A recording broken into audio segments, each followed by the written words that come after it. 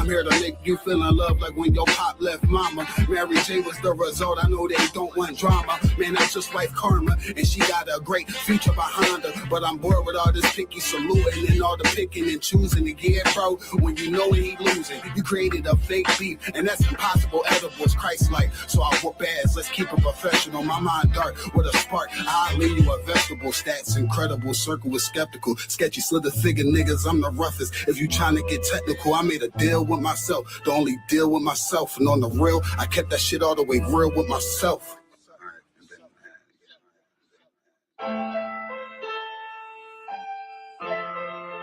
Ooh, 27 Club.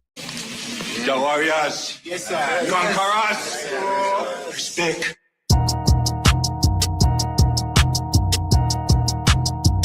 Shout out there. Hey, look, I just left Atlanta. I said I'll be back in August. The way I go to work, I've been in, bitch, I need an office. Pussy so good, should've put it in my coffin. If you play up that Glock like back the fuck up on me, nigga. You heard it and I can see it in his face. Time to bring that bait, my shit raw. I'ma bust their head no matter what I play. I'ma take the word, you get that bread, bitch. What I say, hold a run, going undefeated just like OJ. No, I gotta keep that little rascal in case it pump fake. Shorty called me, said she need that spanker. I said, okay. I live by example. They are not a factor. You is not a queen, hoe, and we ain't the Black Panthers. 144 who they send to get them answers. I'm sicker than that cancer. I'm quick to get them bands. I don't know why they keep on playing with me. Who the one they said they give me? Miss Glizzy with me. Cook that beef so good they like who made the chili. Now they want reconsider. Guess that I'm the one tripping. Drop the truth like cat ribs. Come through the door like pimpin'. I'm always trying to flip my penny. Busy, I'ma be a minute. Get that dough like Mr. Sims. Listen, nigga, we back. Hey, look, I just left Atlanta. I said I'll be back in August. The way I go to work, I've been in, bitch, I need an office.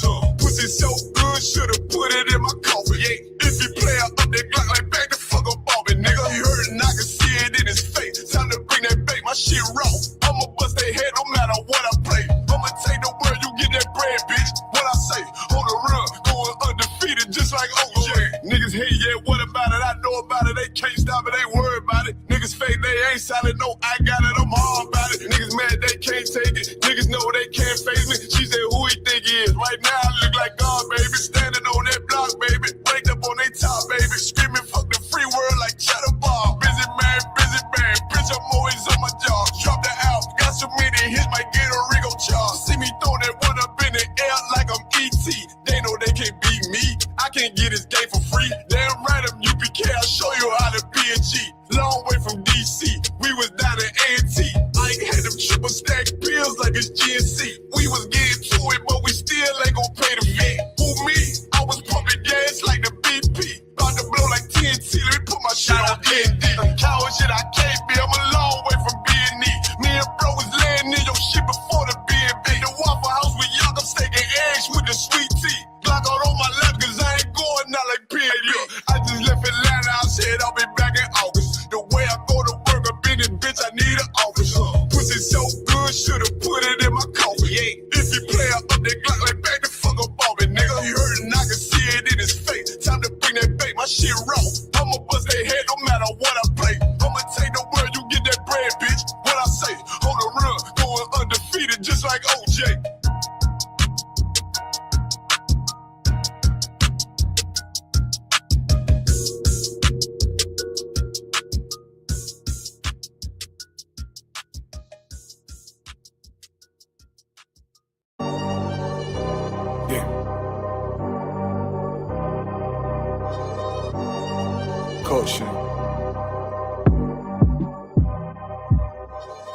Wave that one west, cover out that window. Let them know I'm coming with my kinfolk. Red letter, ski mask on, but I don't really ski though. Bullets ball head like they going through chemo.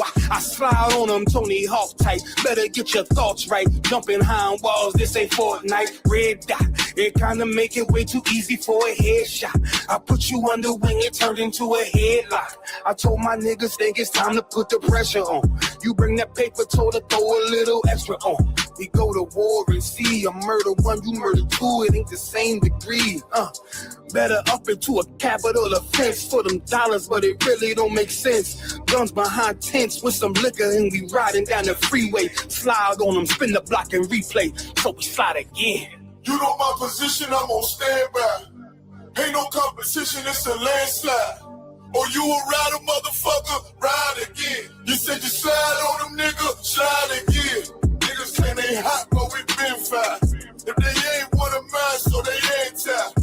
Or you a rider, motherfucker, ride again. You said you slide on them, nigga, slide We got this mapped out. Niggas selling wolf tickets, not living what they rap out. Said he gon' ride, too emotional, he'll crash out. And I ain't boxing, wrestle with this cannon, you gon' tap out. 100 troopers in the building, turn the shit into a blackout. We both come from the mother, why you trying to do me dirty? He cut himself off, we let him rock, he ain't worthy. You playing ball courts, throwing number like a jersey. While niggas folded like origami, I kept it sturdy. Told my son he got the blood of a king, he ain't got a word. They gon' cross you like a Christian, it's better to learn this early. They be watching, trying to copy, asking questions, trying to learn me. I ain't in the back and forth if the business don't concern me. Catch the wrath from my anger, I be trying to give a mercy. As the angels keep me covered, I'ma slide, they might have heard me. They playing with that fire, get you close, it's gonna burn me. We ain't never looking back, moving forward, it's the journey. You know my position, I'm on standby. Ain't no competition, it's a landslide. Or you a rider, motherfucker, ride again. You said you slide on them, nigga, slide again. Niggas claim they hot, but we been fine. If they ain't one of mine, so they anti. Or you a rider, motherfucker, ride again. You said you slide on them, little nigga, I'm made. All these rappers soft, claim they all cut from a hold of a clove. I'm the one with the blade. Untamed gorilla, keep your hands out the cage. I'll be standing on their neck, one west to the grave. You can keep your mercy, nigga, I ain't worried. Revenge call me buddy love, I call her Miss Purdy.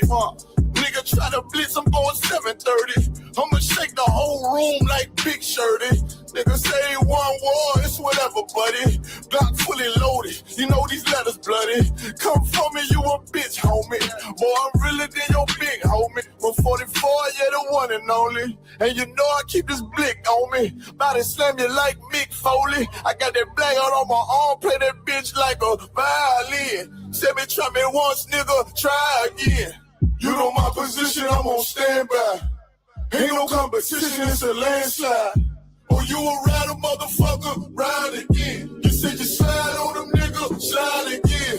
Niggas claim they hot, but we been fine. If they ain't one of mine, so they anti. Or you a rider, motherfucker, ride again. You said you slide on them, nigga, slide again.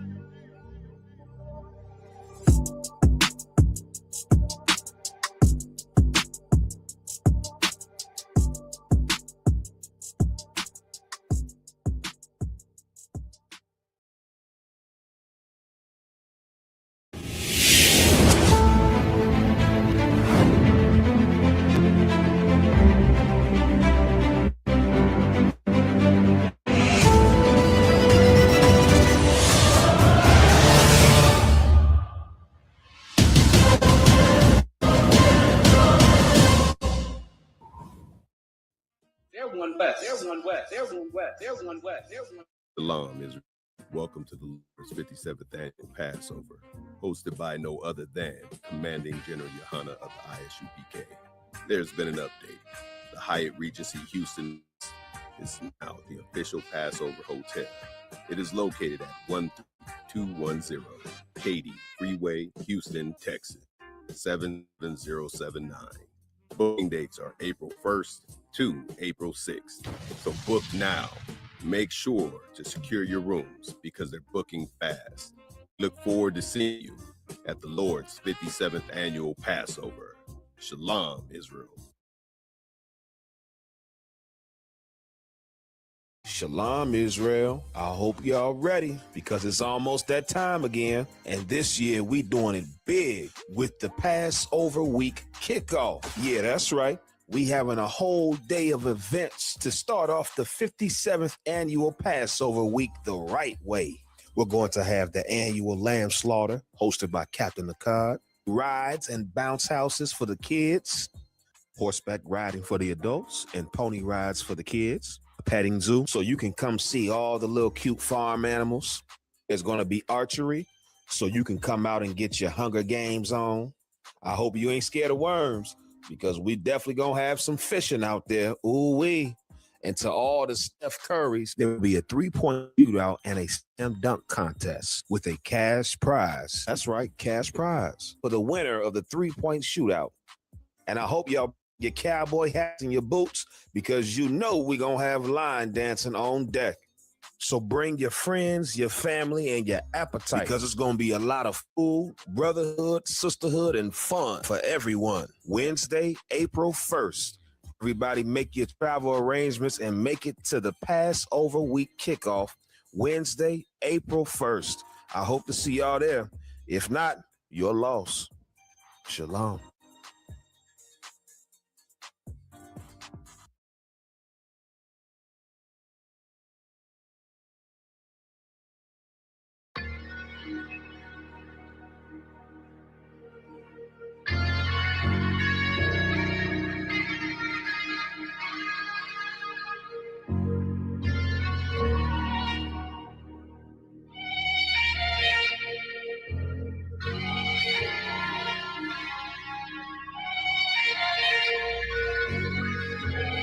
I seen him turn to hell, I gotta stay alive. Lord have mercy on my soul, stand by my side. I killed the old man and I watched him die. Lost a couple niggas, guess he wasn't my round. Hey, play my niggas, lay you down, they all down the ride. Keep my gun in my arm, I gotta stay alive. I gotta stay alive. Keep my gun in my arm, I gotta stay alive. Damn it, we don't live in hell. My brother doing 55 in that cell. Nigga claiming he your round here spin shell. Same nigga you put on to hit the standing tail. The fuck you turn your back on a nigga that love? Treat your kids like my kids, treat you like a brother. I told my dog, let's leave the streets to serve the most high. He said, fuck that shit, he trying to sell another pot. His daddy killed him, put him in the trunk, set him on fire. His wife was pregnant, he ain't never get to see his child. Had me thinking to myself, what happened if I die? Look my babies in the eyes, I gotta stay alive. I put my ego on the shelf and my pride to the side. I'm with some niggas who gon' step and got God on their side. Got in the I.S.U.P.K, they keep asking me why. As I do the work of the Lord, I gotta stay alive. Face the pray alive. I seen heaven turn to hell, I gotta stay alive. Lord have mercy on my soul, stand by my side. I killed the old man and I watched him die. Lost a couple niggas, guess he wasn't my round. They play my niggas, lay you down, they all down the ride. Keep my gun in my arm, I gotta stay alive. I gotta stay alive. Keep my gun in my arm, I gotta stay alive. You ever pump a pack with a snake by your side? Yes, I see a man reach out to God before he died. Yes, I did. I know the Lord forgive us for these sins, but I'm starting to think the kingdom of heaven is for these kids. I told my daughter, there's one man in your bed, I won't stand for less. For my son, I hit your head on that fragile legs. I lost some niggas to that dope, I lost niggas to the feds. Remember Jono tried to stick me for that G's on that bread. Yeah, I was thugging with Lucky, and that nigga left me for dead. Endure to the end, cause I listened to what was said. Mother told me she loved me when she was sick up in the bed. I was running them streets, but the truth made me a man. She don't really speak, she'll never understand. That's why I need to tell her about these voices in my head. I'm still trying to manage my anger like Uncle Craig. I seen heaven turn to hell, I gotta stay alive.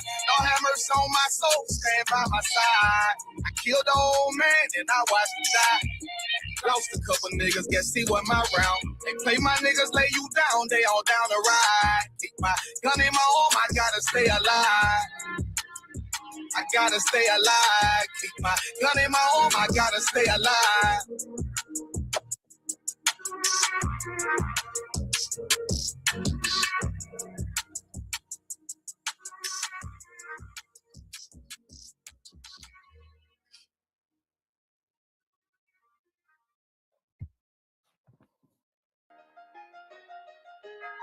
Everyone west, everyone west, everyone west, everyone west, everyone west. Okay.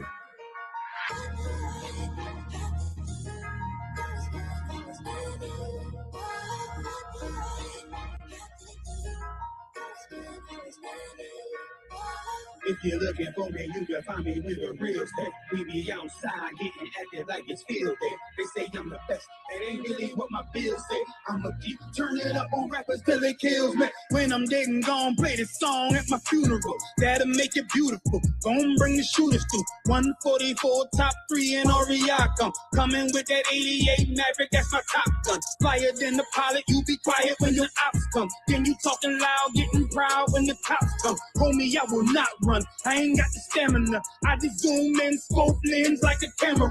Pop that. I ain't talking bottle, talking hollow crystal compact. Boots, gloves, goggles, and we ready for that combat. Make you hit the floor like you such a fathers and I where your mom at. You know what they all say, sprinkle them with hate. Now I'm feeling like I'm salty. Fake leather seats and butter's parquet. Watching them bees smoke the nets at the bar play. Hey, we ain't got no time for no peace. They wanna hit them niggas from the streets. Yeah, niggas from the streets. I'm praying all the time, facing east. Still grab the 9 when it's beef. That 9 when it's beef. I never close my eyes when I sleep. I never close my eyes when I sleep. We ain't got no time for no peace. They wanna hit them niggas from the streets. Them niggas from the streets. Niggas from the streets.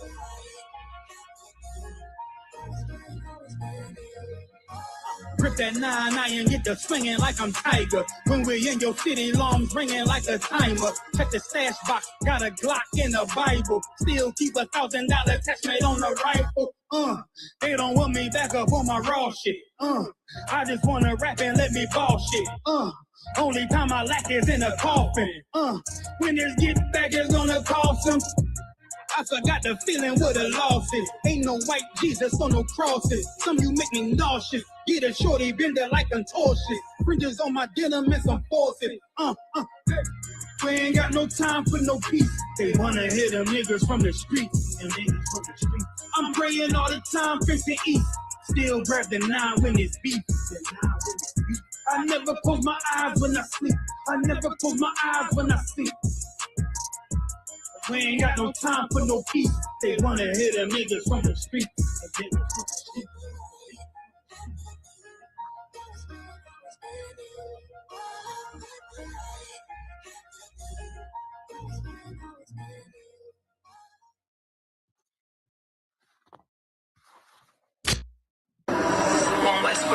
Hey, yo, slow down for a second, slow down.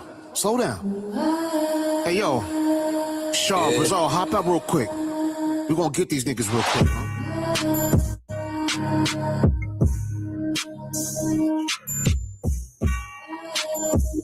What they talking about?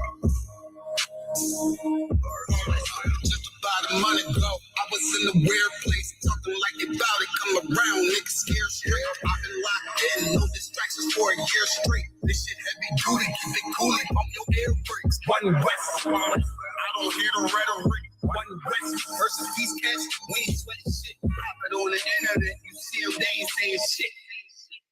Nigga, who's you playing with? Stepping out the murder van, nothing they seen before. One hand wash the other hand, battle scars I needed though. Living by the law, y'all can keep it cool. I've been organizing, strategizing, they ain't peeping though. This is not a drill, this is not a rental. What I look like, earn my stripes, man, I'm too official. They gon' say they knew me, but they don't know the new me. I'm glorious, notorious, Vicky with the cool. I wrote this on the loose sleeve, kicking shit like Bruce Lee. Never slipping blade under my pillow like it's loose teeth. This is how a soldier look, doing what I'm supposed to do. If you rockin', then I'm rockin', nigga, that's how soldiers move. Right.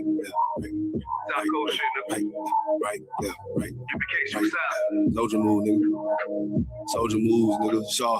Okay. Man, I hate when the pussy niggas speak to me, cause only one I talk to is beneath the sheets. I'm rude in speech, cavity in my fist might lose your teeth. Who is you to me? Now you can't even damn chew or eat, just fucking drink. But I take that way if you don't even think I'm off the leash. I'm humble but will still unleash. Talk big but shrink when you're around a damn righteous priest. I'm so unique, and all my women thick, petite. I'm gone.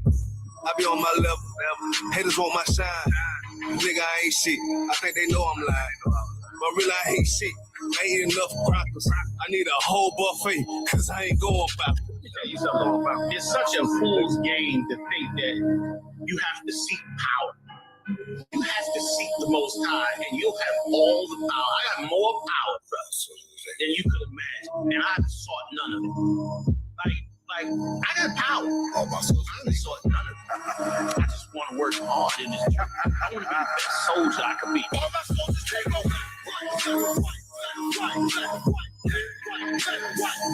my soldiers take over.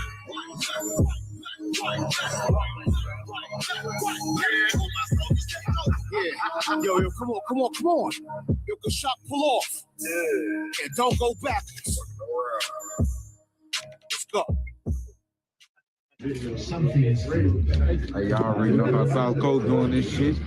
South Coast, you know what I mean? We holding it down, brotherhood, South Coast skin, however you want to talk about it, however you want to do it. One thing for sure, we ain't going backwards.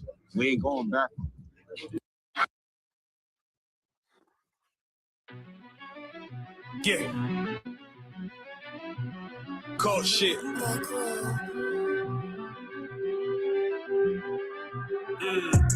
I ain't come with goons, but I'm well connected. Walk in the room and pop, like you got rejected. Let me see if you qualify or not. Spinning up in a tinted truck, riding around your block. Busy man. I get a word, he ain't shit from top to bottom like a motherfucking ceiling fan. Hopping out the rental van, on my way to LA. Brothers out in Cali and they killers out of every set. But I ain't crippin' on no blood. One West, all my niggas got it out the mud. Put your face on a t-shirt, memory of niggas acting tough in them songs after the drugs. I don't need no cases, all my pistols clean. So now I weigh my options. Used to use the triple beam. Used to get the wop, mix it with the nicotine. Now I travel state to state and put on for my team. The fuck wrong with them? Ain't on my level, I should let my dog get them. I see niggas and they feelings all fill them. Kick the Glocky with me, it was like a ball with it. At the end, I gotta stay patient. They hate me, Lord, I gotta stay patient. You one of them? Yeah. What's the problem? I'm one West, go to war with everybody. Cut the grass for the snake, fuck the gossip. Front line with them soldiers, that's my posture. Gun drawn, trying to cut. Alwapanya. What? Shalom, y'all. Bashim Yah Shai B'Rakat Thumb. Let's get it on, knock him. Y'all ready to rock? Oh, wee. Let's get it on tonight. Mi nombre es General Mahayman. Estoy al servicio de el General YAHANNA. Nosotros somos la Escuela Israelita de Conocimiento Práctico Universal. Comenzamos en 1 Oeste Calle 125 Harlem, Nueva York, desde 1969, debajo del mando. General YAHANNA. Carnales, esta es la verdad. Si tú eres hombres español, negros o indio nativo, tú eres Israel, el pueblo elegido de Dios. Tu madre y tu padre dicen que somos un culto y mantienen su iglesia sin culpa, pero su iglesia es culpable de todo lo que nos están pasando. Órale, Akim. Gracias, Akim. Gracias por sintonizarse esta noche. You ready to go, Akim? Yes, sir. All right. Who do we have here tonight, headquarters? We got Haiti with us. Give Haiti a hand. Sapate. See. I mean, Pittsburgh. Merci. Go ahead. Pittsburgh. Go ahead, Pittsburgh. We got Atlanta with us. Atlanta the Brave. Give him a hand. Trinidad joining us. Trinidad. I see you, Trinidad. Getting it on. Tearing up that jerk chicken right now. Save me some. Come on. We got Chi-Town in the house. Chi-Town. Give him a hand. I see you, Chi-Town.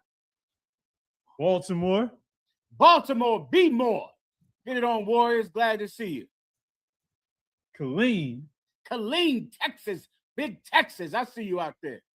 And of course, we live up here in Harlem. Jerusalem, Harlem, New York, man. Clap it up for them. Let's get it on, Akim. I'm going to answer your questions tonight. I'm going to solve all of your problems. You made it through. You did it. You did what so many of your uncles, your cousins, and your fathers did not do. You survived the so-called holiday season. So many of your brothers and sisters did not. They didn't. But you forged your strength in the faith of God, and you made it through an extremely evil time of the year. You fought off all of the depression, all of the nostalgia that makes you think about what you've lost and the way things used to be. And you fought it off. You fought off the loss of your loved ones and your family members who you weren't able to be with, and wanting to join them where they are right now, wanting to be with your grandmother again in the afterlife, wanting to be with your friends and your family again in the afterlife, but realizing that that was a demon that was taking you away from us, taking you away from the living who need you here, who need you here. Well done, man. Well done. You survived Christmas. You survived New Year's. Kom Yasha Allah. Well done, Akim. I'll take your questions and your comments. Anything you would like, I'll answer all of your questions right now. Haz tu preguntas. Yes, sir. And that all goes into the title of today's class, How to Achieve True Happiness, the Cure for Depression, and the Cruelty of White Incompetence. Well done, Ephraim. How to achieve true happiness. That's our topic here tonight. The cure for depression. The cure for you know what the cure for depression is, to make it simple for you? The cure for depression is to achieve true happiness. To achieve it. True happiness is attainable. You could do it. You could absolutely be truly happy. And pursuing true happiness will take you farther and farther away from depression. Before you know it, depression will be something in the rear view mirror, something that you think about that used to happen, a feeling you used to feel, but a feeling that's far beyond you now. Everyone understands. And of course, the cruelty of white incompetence. We're going to talk about so many lives that have been lost because of white incompetence. White incompetence is cruel.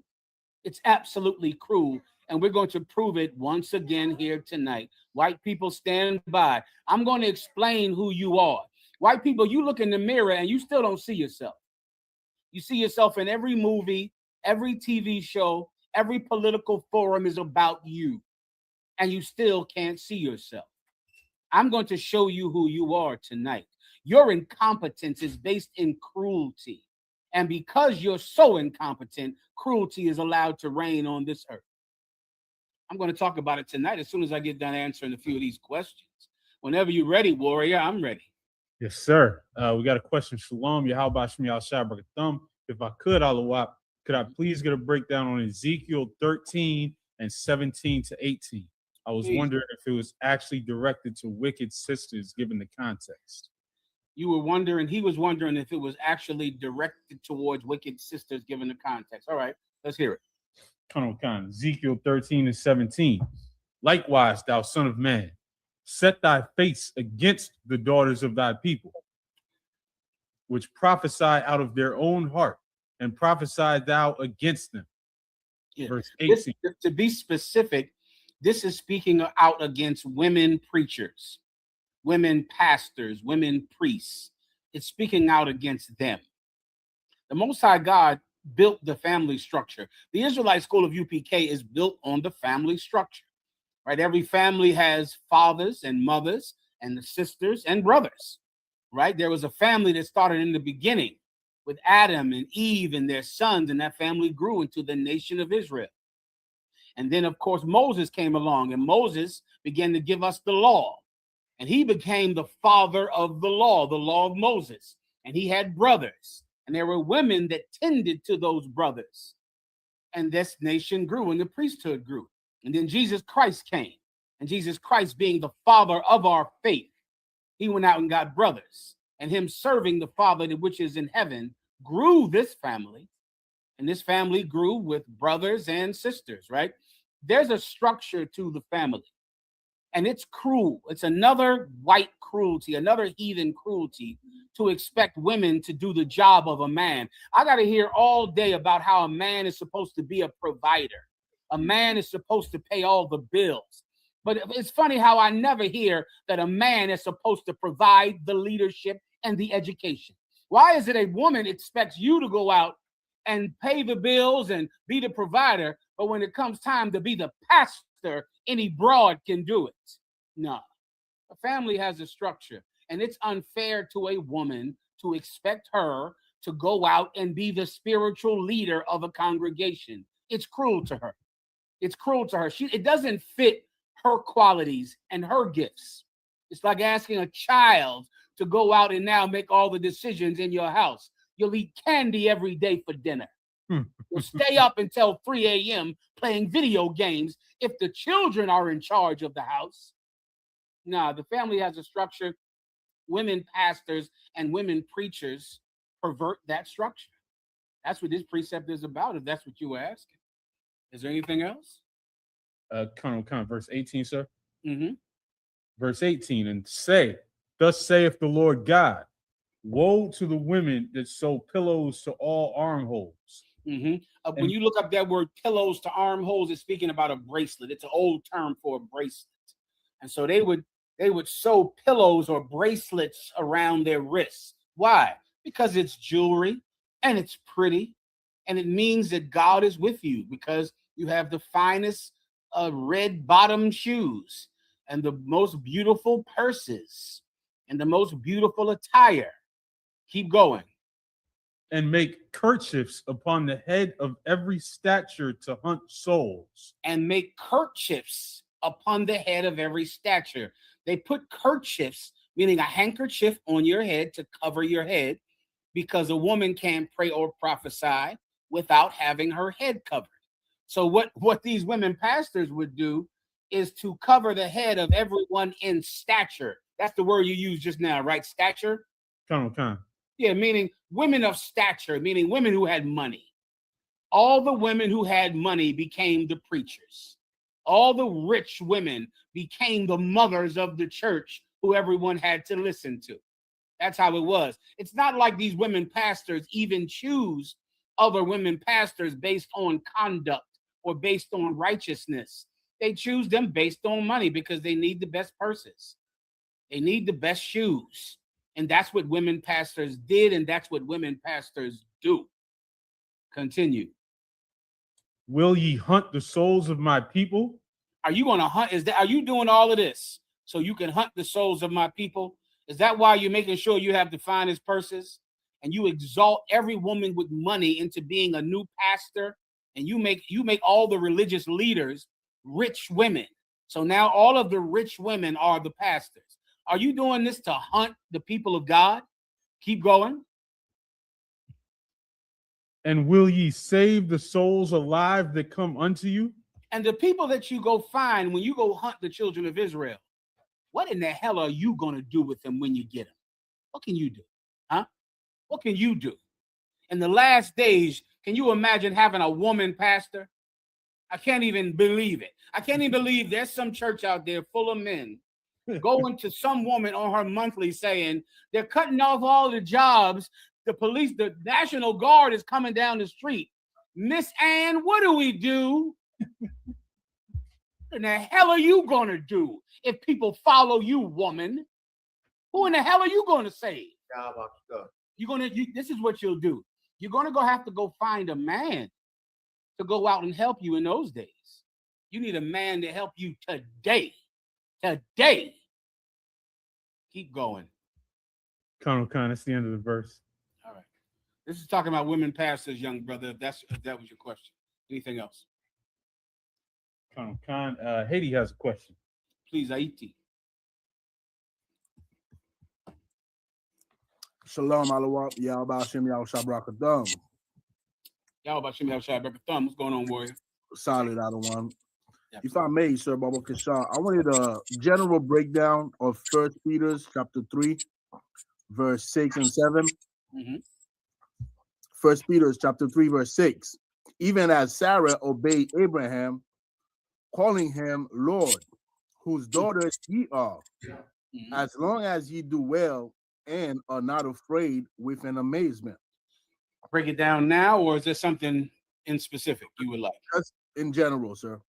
And then I got this scripture is going into the topic that I'm going to go into tonight, the cure for depression and the how to find true happiness. This is telling women to have courage. Courage. That's what she'll have to have. And a woman's courage, because of the family structure, a woman's courage is different than a man's courage. It's not the same thing at all, right? But it's courage nonetheless. So break it down from the top. I'll read it and I'll break it down from the top. I don't want to come. 1 Peter 3:6. Even as Sarah obeyed Abraham, calling him Lord. Now, think about this. Paul is bringing this out to women in the school 2,000 some odd years ago. And what is he trying to say? He's trying to say, you could be like Sarah. Now, what does a woman struggle with to this day? Following her husband. It's difficult for a woman to follow a husband. It's hard. She has to give up control to do it. And it is very difficult for a woman to give up control. Men more easily give up control. That's why men can form gangs and join a gang and join militaries and join clubs and just follow someone else. That's very difficult for a woman to do. Boys do it easily. Boys go to a sport. You're the captain. Okay, captain. I follow you now. You're the coach. Okay, coach, I follow you now. Boys do it easily. You understand? Women hardly give up control. It is difficult for them to give up control. And so what Paul is trying to tell his sisters who have the same difficulty, don't forget you come from Sarah. Don't forget who your grandmother is. Even as Sarah called Abraham Lord. You could do it. You could follow someone. You have to have courage. You have to have the courage to give up control, which takes courage out. It's like, you ever see those videos where they have those trust falls? Oh my God, you see what I'm talking about, Levi, right? That's like, those women love those videos because just the concept is like, just fall back in my arm, just fall. Right. Just fall. Of course, she believes you're gonna let her ass drop to the ground. And so it takes courage to just fall. And that's a woman's courage to be able to say, man, I don't think he can do it. I don't know. I don't know about this. Well, Sarah knew. She's your grandmother. Sarah called Abraham Lord. Keep going. Whose daughters ye are. Why is he saying that you're the daughters of Sarah? To remind you that you could have her strength. You could do that. You think it's strong for a woman to stand up on Sunday and run her big mouth for 3 hours? She can do that all night on the phone, all night, every night. Run her goddamn mouth. Talk about her opinions. That's not strength that's not womanly strength to talk. They do it naturally to run their goddamn mouths. You think this woman is a wonderful pastor. Why? Because the bitch can talk? They all can. Right. You don't hear them? My God. Women talk, I sit and watch it a lot of times because I try to study and understand it like I'm on safari. Women can all talk at once. You ever see that, Levi? No. They all talk at the same time, and somehow they understand each other. Like they all at once. And I go, wow, it's hardcore. It's hardcore. And no one is like being cut off. They talk at the same time. Women are listening and talking at the exact same time. Okay? It's not supernatural for a woman to get up and talk on Sunday. But a woman that could obey a man, follow a man, call him Lord, you're going to have to tap into the power of your bloodline for that. Sarah is in your bloodline, whose daughters you are. Continue. As long as ye do well. Read that again. As long as ye do well. You better do what Sarah did. You better do, as long as you do well, you better do what Sarah did, or else you'll be cast out and thrown out, and you won't be her daughter anymore. You'll be just another stupid bitch, just like a man becomes a bastard once he gives up the rules in this family. Now he's a heathen man. Now he's thrown away. Well, you'll be thrown away too because you didn't want to do well. You wanted to go out and be a slut or a whore. So many of you are going to leave your husband for Christmas time. That's going to be your Christmas gift of being a whore. That's what you're going to give yourself every Christmas and New Year's Eve, being a slut. That's the gift you give yourself. Why? Because you feel the pressure of attention. You need attention. You need people to like you. Your husband isn't giving you enough attention. I know. Well, that's why women pastors exist too, because she's just another broad that needs attention. She gets it on Sunday. She just gets it on Sunday, right? Do the right thing. Do well. Do well, and you will be the daughters of Sarah. Continue. And are not afraid with any amazement. And are not what? afraid with any amazement. And are not what? Afraid. Keep going. With any amazement. Say it in Creole. Et puis, qui pas peur. Let me tell you something. This is feminine strength, feminine courage. Women are afraid. You know what women like? Women like structure. Women like regularities, you know, things that they can rely on. They're dependable things. They know it's going to work. It makes them trust it. Children need the same thing, and it's important for a man to provide those things that she always can have guarantees in. That's part of a man's job, is to make her life as stable as you can, as normal as you can. You brothers that have more than one wife, I would advise you to get a schedule so that she knows she's going to see you Wednesday and Friday. She'll see you 3 days a week, 1 day a month, but she knows it's going to happen. And when it's her day, don't change it. Don't flex with it. Don't, well, I want to do something else. Don't be loose and liberal with a schedule, because it scares them. It scares them to have things happen that are not planned and not usual. Well, there are some times in life, sweet baby, when changes will happen and no one can stop it. You're going to have to roll with it. You're going to have some feminine courage. You're going to have to get it on. No one planned it. It happened. They laid off everybody today. That's what happened. Donald Trump got elected, and before you know it, everybody got laid off. It could happen. It could happen tomorrow. Anything could happen. Before you know it, we went through the COVID-19 situation, didn't you? Ooh-wee. Life was totally normal. I'm watching some disease on the news happening in Italy. Before you know it, everyone is in a goddamn mask and sitting in the house boarded up like a goddamn apocalypse. Changes can happen, and you're going to have to be strong through it, sweetie. You're going to have to be able to take it. As long as you are not afraid at every amazement, bill collectors start calling. You're worried. They're giving you shut-off notices. Things start to happen that make you feel like my nest, my home, the thing I provide for my children is not secure. That can be a scary thing. And your husband absolutely should help you so that you don't have to go through that kind of fear. But there are some times in some situations where that fear must happen. You're going to have to rock with it. You're going to have to be a woman about it. Continue, unless that was it. One verse, sir. One more verse. Verse 7. Likewise, ye husband, dwell with them according to knowledge. Dwell with them after you get your record deal or your basketball contract. According to knowledge. According to what? Knowledge. Brothers, don't be an infidel, because the Bible says, whosoever does not provide for his wife and his family is an infidel. And the thing that you must provide for your wife is knowledge.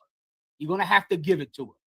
You're going to have to provide understanding to that woman, because that is what stabilizes your mind in a tumultuous world.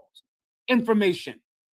You can put people in the worst situation. They're all in an equally worse situation. But the one with understanding and a stable mind will have a better chance to survive it than someone who's living in a chaotic mind, who is afraid and a lunatic and hyperventilating. They're not going to survive.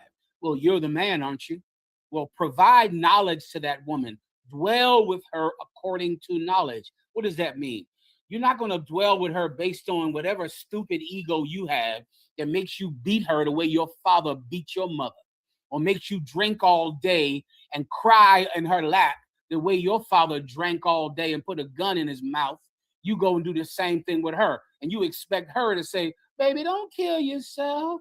Baby, please don't kill yourself. That's not how you should dwell with a woman. That woman is not your therapist. Right. Well, many of you idiots, because of your mommy, you're looking really for another mom. You go out and comb the internet for who will be my new mommy. Who will I get drunk and cry in front of her and expect her to tell me it's going to be okay? Who will make me come in the house on time? That's what you need, don't you? You need somebody to say, where you at? Get in the house on time. Oh, man, here I come, baby. That's what you need, because that's what your mom did for you. Well, you're not dwelling with her according to knowledge. And before you know it, she's going to hate you because she has to maintain you. She has to make sure that you don't drink so much. She has to make sure you don't shoot a dice game and all of the money is gone because you shot dice. She has to make sure you're not having sex with another slut that you met online to give her another venereal disease. Before you know it, she'll get sick of being your mom. She'll get tired of that. So brothers, dwell with her according to knowledge. Get something in your stupid head and then give it to that other idiot you sleep with. Anything else? Giving honor unto the wife as unto the weaker vessel. Giving honor unto the wife as unto the weaker vessel. This is explaining the kind of honor that a woman should receive, that a woman could earn. Levi, how would I honor? Let's use cars, right? How would I honor? Oh, not cars. Let me think of something else. Let's use a vessel. A vessel. How would I honor my giant pitcher that I have? I got a giant pitcher. It's made of glass. How would I honor that pitcher? You know what a pitcher is, right? The thing that holds drinks. How would I honor it? Sir. You will honor it by not treating it like a basketball. There you go. So what would I treat it like? You would treat it like something that is fragile. No, I'm reversing it now. I'm reversing it. This is a big giant pitcher for lemonade iced tea, a big giant glass one for the summertime, for those hot days over there in Haiti. Right. How would I honor that giant glass for cold drinks? You will honor it like it is made of glass. I would put a cold drink in it. God. Right? Right? Because it's a imagine I got a big, wonderful pitcher, perfect for pouring lemonade. How will I honor it? It's going to be sitting right on the table, filled with ice cold lemonade.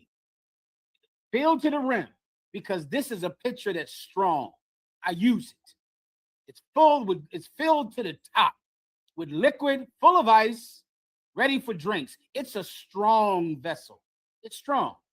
So I honor it by filling it up to the top and letting everyone come get a glass. But how would I honor a fragile vessel? Now I have another cup. This cup has a few cracks in it. This cup can't handle all of that lemonade. This is a fragile cup. It's beautiful. It's beautiful. I would never throw it away. It's precious to me. But I can't fill it all the way up to the top. Put it on the table at the football game or the soccer game for everybody to drink out of, because it will get broken. Well, I honor that vessel by not putting too much on it, by not filling it up to the top. That's the honor I give the weaker vessel. A vessel is like a glass or a cup or a bowl.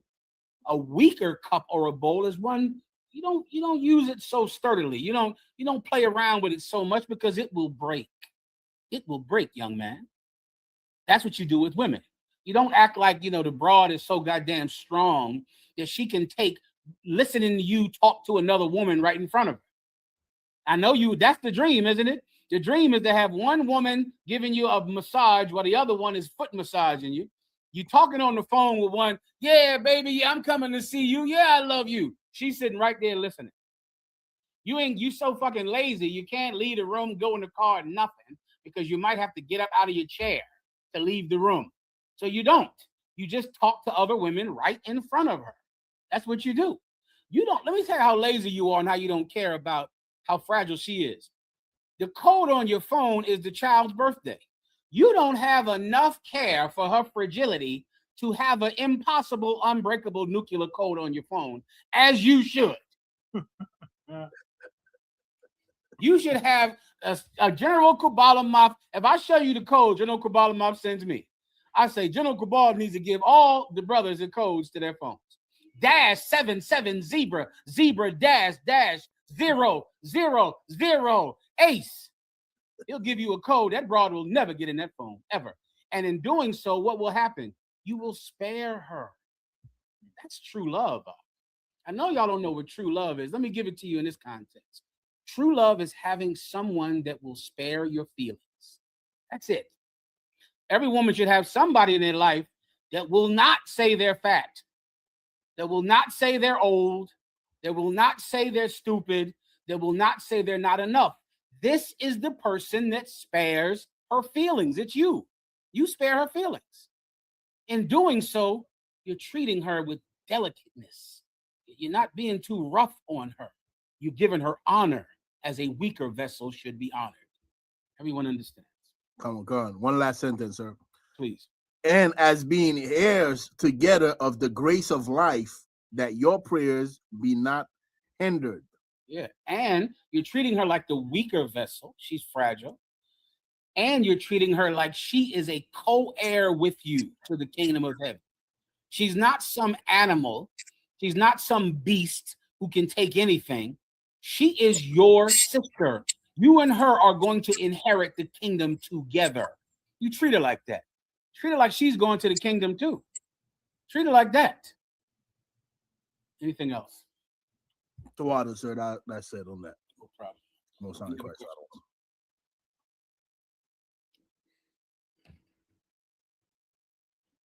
Got some more questions in the comments, sir. Brother Ash, shalom, sir. May I get a breakdown of Deuteronomy 25 and 11 through 12, if I could, sir? Please. Deuteronomy 25 and 11. When men strive together one with another, and the wife of the one draweth near for to deliver her husband out of the hand of him that smiteth him, putteth forth her hand and taketh him by the secrets. Look, this is the law, okay? This is the law. Let me just give you the context for time's sake. This is about a law about when two men fight. So in this context, two men are fighting. The wife of one of the men sees her husband fighting, and she goes over and she grabs the scrotum, grabs the huevos of one of the man that's fighting her husband, and she hurts him in his penis, in his scrotum. Keep going. Con, sir. Then thou shalt cut off her hand. Her hand is getting cut off. She's going to get her hand cut off because she went over and grabbed this man's scrotum because he was fighting her husband. She's going to lose her hand. Now, what's the spirit of this law? Anyone want to know? The brother that asked the question. Don't go and harm some man permanently because two brothers are fighting. Sister, those two brothers will make up. They'll be friends again. They're just drunk anyway. That's all. They're just drunk. And so imagine two brothers, they out there drinking and they start fighting each other. And then because her husband is fighting, some woman goes out and destroys your penis and you can't ever have kids again. Because this woman went and broke your scrotum into pebbles because you were fighting her husband. She's going to lose her hand for doing that. The spirit of this law is trying to teach a woman that don't go do something permanent over this fight. Listen, baby, you don't understand men. Let me hit you with something. Do you know there are gangs and fraternities out there where the initiation is getting beat up? Do you know about this, Ephraim? Yes, sir. Women don't understand men. Sweetie, listen. Men go to a place to get beat up on purpose. They go become a Crip or a Blood or a Vice Lord or a gangster disciple, and the initiation is getting beat up. Men can handle a fight. They go join the club saying, when are you going to jump me in? You ever heard that term, jump me in? Jump me in means, when are five of you going to beat the shit out of me in the alleyway so I can be a man like you? Don't go and destroy this brother's life because he's in a fight. Men fight. So what? When I say men, I mean men in the world. Men in the Israelite school of UPK do not fight each other. But men in the world fight each other all the time. Don't go hurt this man. And now he can't have children simply because he was fighting your husband. They will make up. They'll be friends again. He's probably just jumping him into the gang. Everybody understands. Yeah, General Ball said, don't go get your ass paddled. Yes. Don't do that, y'all. Don't go get paddled in the fraternity.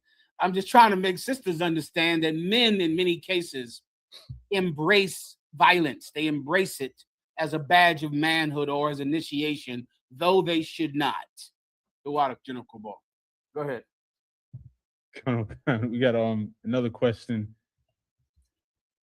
Brother Ash, shalom, my Lord, with wisdom. Can you explain the love and support blacks in particular are giving the monks that walk the street cross country? I don't know anything about those monks. I saw it briefly on my phone. I don't know anything about it. If someone can explain it to me, let me know. This is in Atlanta. This is in Atlanta? It's, God damn. What is this all about?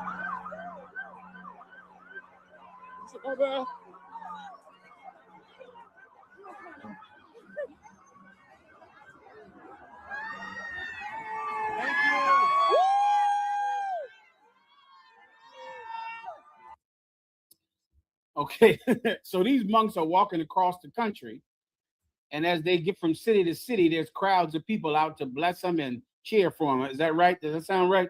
Kind of. Okay, now I don't know much about it, but I can explain the psychology of what you're seeing, right? Have you ever seen the movie, saw the movie Forrest Gump? There's a movie called Forrest Gump, and in the movie, Forrest Gump walked across the country, and this same thing happened in the movie. He walked across the country, and every city he went in, throngs of people would come out to cheer him because he was inspiring. Now, Forrest Gump was set in the Vietnam War era. Many times, if Americans are depressed and sad at a time like the Vietnamese War or a time when Donald Trump is president, just the thought of peaceful people walking will inspire people because they're looking to be inspired, because their everyday life is full of guns and violence and the National Guard and ICE agents. And so they'll look for someone to inspire them with something that is simply peaceful. Now, that's the psychology of what is working. That's all I could tell you. Other than that, I don't know anything about these monks. I know that Buddhism is a ridiculous lie, but I do know that walking across the country is inspiring to people when their lives are full of war and death and fighting. Everyone understands. All right? All right, sir. Who is this right here? Mawasar checking in from Georgia. I see you, Mawasar. All right, anything else? Yes, sir. Sister asks, Salakia, sir, if I may ask in humility, what are the duties and responsibilities of a man and a woman in marriage, and how are those responsibilities shown through actions? The what? Okay, well, in a marriage, I have to sum this up for you. This is a question best answered in a council with specific answers, all right? But let me just give it to you in general, right? The duties of a woman, a husband, or a child are to absolutely support each other through life until you die. That's your responsibility. Now, just think that and you'll be fine. Okay, if you think that the man is the only one that's supposed to provide or be the number one provider, then of course you can't have a Serena Williams or a Michael Jackson, because then the children provide. You can't have basketball players or football players, because every basketball or football player, he wants to buy his mama a house. And guess what? He should buy his mama a house.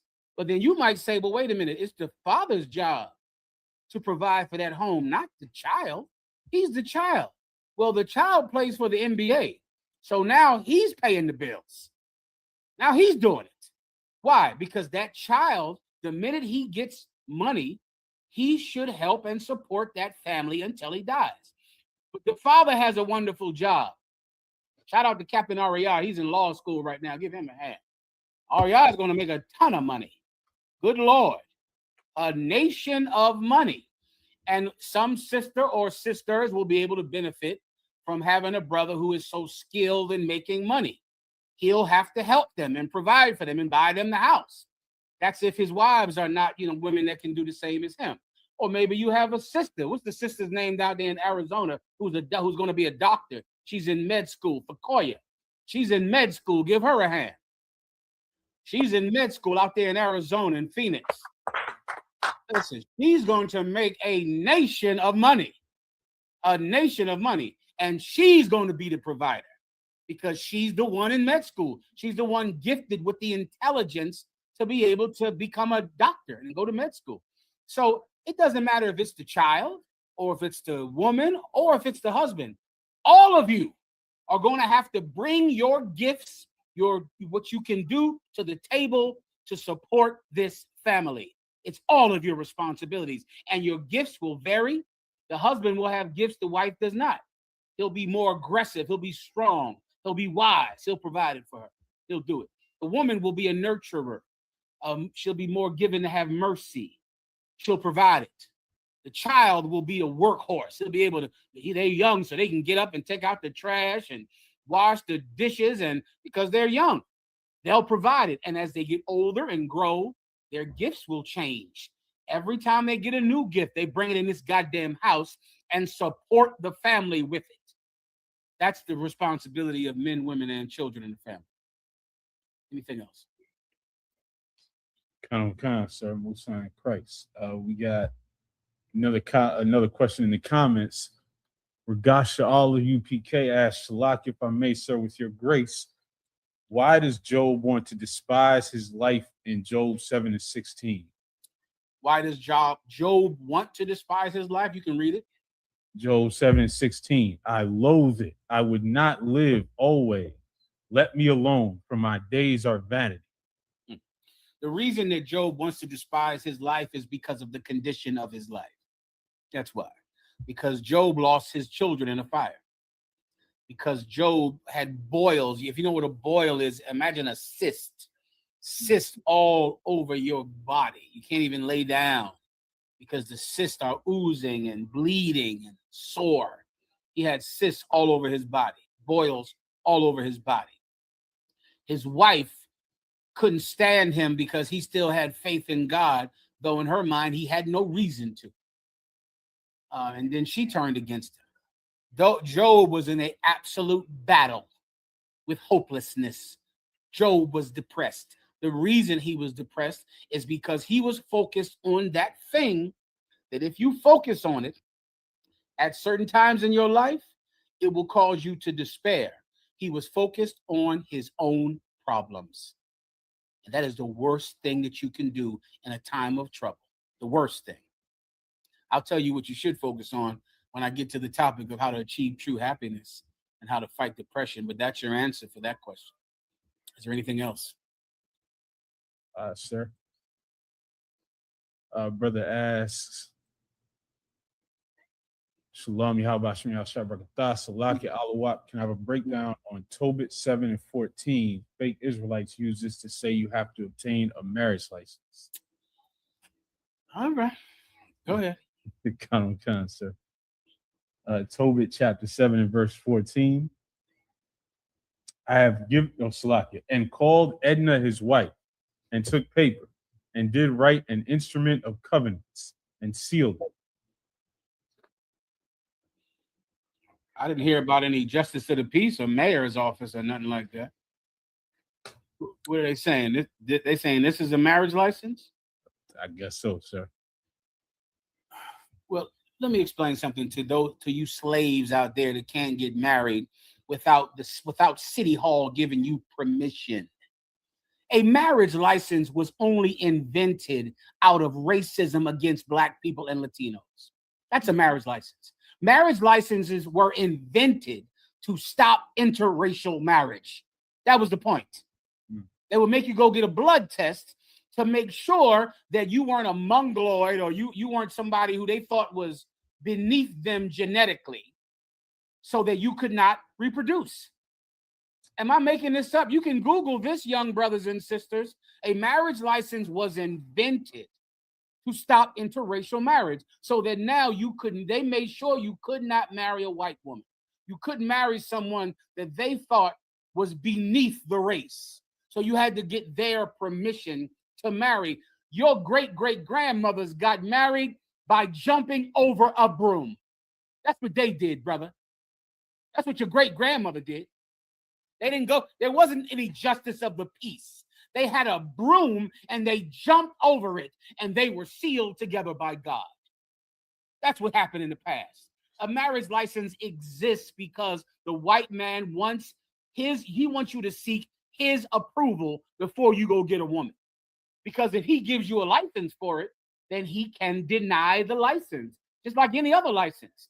You have to go get a driver's license. Well, he can deny your driver's license and then you can't drive. Well, they would deny the marriage license if you tried to go marry some white woman. If you tried to marry someone that they thought was above you genetically, then you couldn't marry them. Does anyone have the history on marriage license? You can go look this up if you would like to. Go ahead and read it for him, please. Sir, the marriage license is a dark and horrible overreach from government with its roots in racism and the eugenics movement. Its genesis comes from the anti-miscegenation laws, which were brought over from England. Such laws prevented intermarriage between races in an effort to maintain racial purity. Can you imagine how much of a slave your Israelite group is? That they are fighting for something that was invented to oppress black people. Now they fight for it in a black organization. Now they fight for it. Now you're fighting for something that was only invented so that you would have to ask permission from the state before any black person could marry someone outside of his race. Otherwise, marriage licenses didn't exist. Why?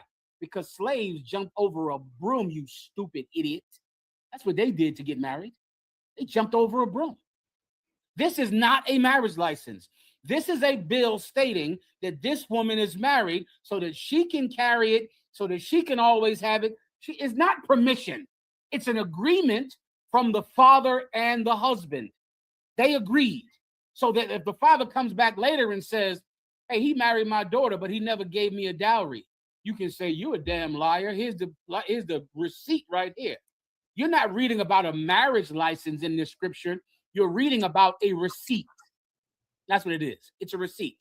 The father and the woman and the man will write it down that this is an approved marriage between the father, the husband. It was consensual with the wife. I paid for this woman. She's mine. Her father got my goats and my 30 shekels of silver.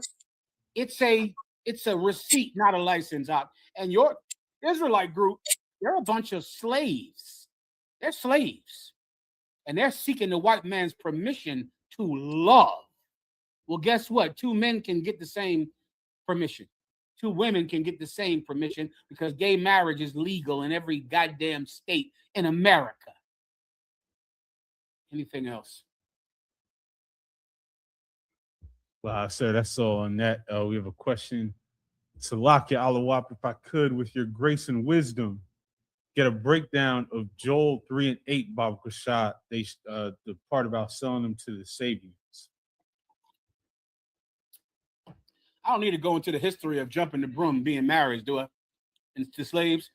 Does everybody know about that? About jumping the broom? Good. Just type "cunt" in the chat or 1W in the chat if you already heard of slaves jumping the broom, and after the broom got jumped, they were married. So go ahead. In New York, so we're not really sure about this, sir. Slacky. I'm glad you said that, warrior. Put up on the screen. Give me the history of jumping the broom. This is an old Judite, and maybe the Benjamites. Every tribe had something that they would do at a party to signify to all the people that now these families have joined. This family approves of this union, and they would have some process. And slaves in America would jump the broom. I'm sure every tribe has something, some cultural thing that they did. This is what slaves did in America, the tribe of Judah, so-called Negroes. If you have it, pull it up on the screen, all right? Come on, sir.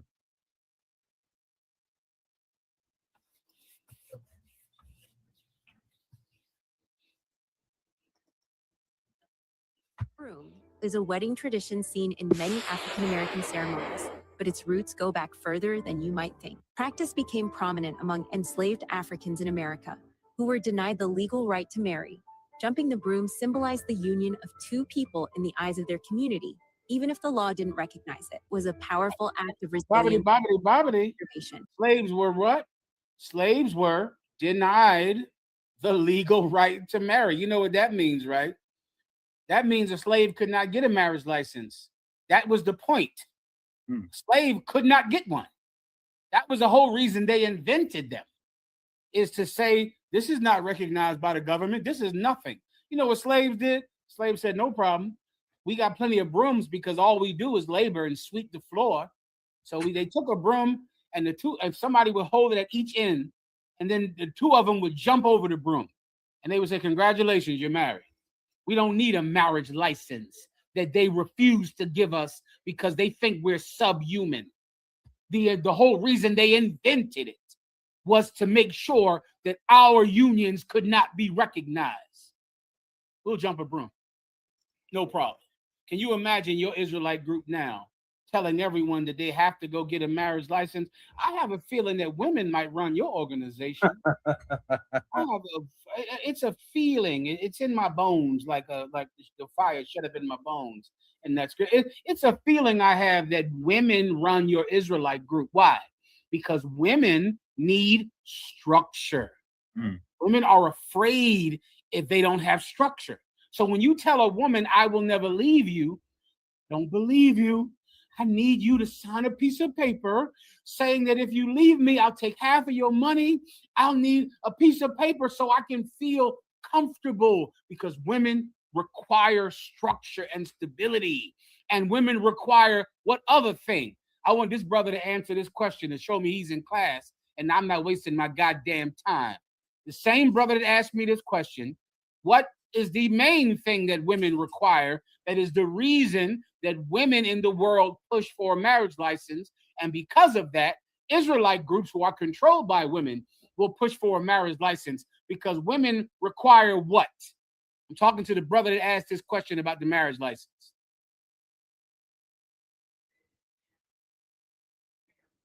I'll give you 10 seconds. What's the reason that women run Israelite groups will push for a marriage license? Because women require control. Control. They need it. They need to know that they have a way to force you to stay with them, even if you don't want to. It makes them sleep well at night. They can sleep well at night. I'll give you a test. Any woman that tells you, listen, I need a marriage license so that when you're dead, I can be in charge of the dead body. You ever heard that before, Ephraim? Oh, you're going to hear that. You're going to hear a woman that say, listen, hold up now. When we go to fight over the corpse, I want to be in charge of the corpse. I want to be the one that decides what happens to the corpse. I go, God, who in the hell cares? I'm dead.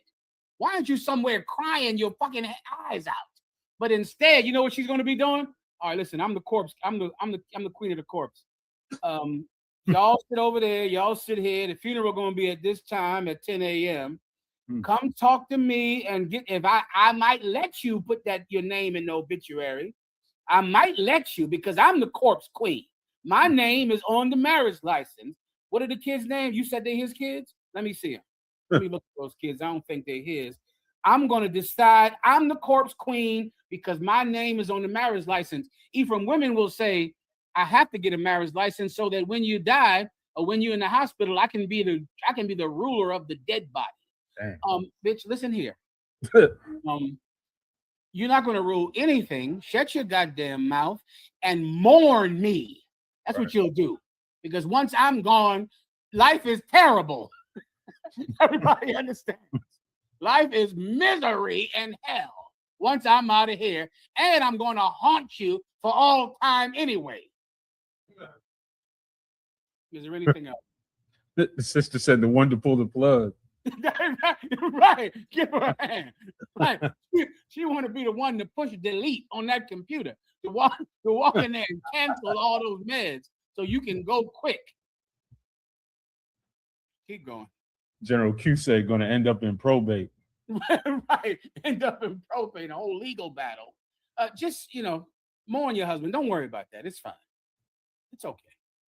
Anything else? Yes, sir. Brother Chavez Unlimited Office asked, Shalom Adawan, Mamdani got sworn in today with the Quran. Is that a bad sign for New York? Why would it? What in the hell? What good did the Bible do for the mayors of New York? What in the hell difference does it make what they lie on? Right. How many mayors have put their hand on the Bible and lied out of their goddamn mouth? What difference does it make what book some politician lies on? Here's what I'll guarantee you, not because of prophetic prophecy, but because of common sense. Mamdani is a politician, which means he'll be just like everybody else. That's it. Good evening, everyone. You want to play it? Go ahead, please. Oh, it's like you could swear yourself in on a Dr. Seuss book. You're lying. You're just lying no matter what because you're a politician. And politicians are professional liars. So Mandani swearing in on the Quran just meant that he chooses to lie on the Quran, as opposed to every other mayor of New York who decided to lie on the word of God, who decided to lie on the Bible, which is the word of God, and the Quran is not. He just chooses to lie when he touches the Quran. Every other mayor before him lied on the Bible. That's the only difference, all right? Anything else? Sir. Let's see. We got more in the comments. Sister asked, if I may, sir, with your grace, can you explain why we wear the Dawadah, the shield of David? We wear the shield of David. You can give her the precept. Give me the house of his father David. The shield of David is extremely old. It is the reason that we call it the Magun Dawadah is because these two, which you call triangles, are actually the letters Da in ancient Hebrew or phonetic Hebrew, I believe it's phonetic Hebrew, which is the oldest Hebrew. Some people call it Aramaic since it predates Hebrew. It's the original ancient Hebrew, and these are two Das. This was David's signature, his signature. To make them understand, show me Oprah's signature. Oprah Winfrey's signature. Put it up on the screen if you can. This is his signature, and signatures were not simply you writing down your name, spelling out each letter. A signature was you writing your name in a fashionable way that you could print it in something in wax, right? And so their signet was fashionable, and it was a design of their own making. Your signature is the same thing today. That is Oprah. That's Oprah's signature. That's a giant O. That does not spell Oprah, as you can see it right now. Show me Arsenio Hall's signature. Thank you. That's another good one. His is stupid and crazy. Donald Trump's. You can tell he's a psychopath by his signature. Donald Trump's signature. Arsenio Hall's signature, right? A signature is a figurative, stylistic way that the author writes their name. Well, David wrote his name like this in a circle. So imagine this is the two Das in Dawadah, and he would have the other letter, the Wa, in a circle going around it, right? And he would take that, he put it on a ring. That's, make it nice and big. That is Arsenio Hall's signature right there. It's a giant A with squiggly lines and the dots. This is David's signature. This is his signature. His officers would wear it. They call it today a badge. They would wear it, and when you saw someone wearing this, you knew that they represented the king of Israel. So David's men wore this. They wore it around their necks. They pinned it. They wore shirts with the seal of David on it, signifying David's signature, David's seal. If a letter came and it had a wax ring on it, and this was in the wax ring, you knew that it came from the king, and you better not crack that seal, or else you lost your life if you cracked that seal without permission. This is the reason that we wear it today. You want to look up the word signature. You look that up in your Bible dictionary. You look up signature, that the king had signets in the Bible. Israelite kings always had a signet or a signature that represented them. And then you look up the reason that we wear the shield of David today, the Magun Dawadah today. Go ahead. I got the book of Luke 1 and 31, sir. Mm-hmm. And behold, thou shalt conceive in thy womb and bring forth a son, and shall call his name Jesus. How was I, sir? 32. He shall be great and shall be called the Son of the Highest. Keep going. And the Lord God shall give unto him the throne of his father David. Shall give him what? Shall give unto him the throne of his father David. Jesus Christ has a throne. That throne is David's throne. Jesus Christ is sitting on the throne of David. He's ruling David's unified kingdom. one king over 12 tribes. This is the seal of that kingdom, the kingdom of David. That's the reason the Israelite school of UPK wears this seal, because this is the seal of the family of Jesus Christ, who is the root and the offspring. I'm sorry, who is the root of David, he comes from the house of David. All right. Jesus Christ comes from the house of David. He comes from the family of David. We wear the seal of David because that's the family in charge right now and forevermore. That's the reason we wear it. You need a few precepts in the Bible dictionary for signet. There are a few more precepts. Second Ezra, that's a good one too. Give that one to Zaryak pulled up in there. Second Ezra 10 and 23. Khan. Second Ezra 10 and 23. And which is greatest. Troca. Otra. Go ahead. Otra troca. Sorry, go ahead, Ephraim. Khan. Second Ezra 10 and 23. And which is the greatest of all. Oh, you should tell the liar. She in there serving up drinks tonight. Man, you done pulled that out the ticket. Come on, go ahead. And which is the greatest of all, the seal of Zion hath now lost her honor. Listen, this was a sad, sad report from Ezra the prophet, man. He was just running down the miseries of Israel. You know, they destroyed our temple. They destroyed our candlestick, our menorah, which we just lit along with all of our other candles for Hanukkah. Well, the Romans came and took it. It was terrible to us. But the greatest of our miseries, the saddest of our miseries was this. Read it again. And which is the greatest of all, the seal of Zion hath now lost her honor. The seal of Zion has now lost her honor. This is the seal of Zion. This is what David would print into his mail, into his scroll. This is what his men wore. The seal of Zion has now lost its honor. Now Jewish people have it. Now even you see us wearing this and you go, what's wrong with them? Why are they wearing that? Why are they wearing that Jewish star? That's the saddest thing in the world to Ezra. That you would think that the Magun Dawadah, the symbol that represents the signature of David, and Jesus Christ is ruling David's kingdom right now. The fact that you think it's a Jewish star is the saddest thing in the world to the prophet Ezra. It's sad. The seal of Zion has lost its honor. Continue. For she is delivered into the hands of them that hate us. For she is delivered. This seal now is given to our oppressor. He has it now. You don't complain when you see a white man wearing the shield of David or the star of David. You think that's normal.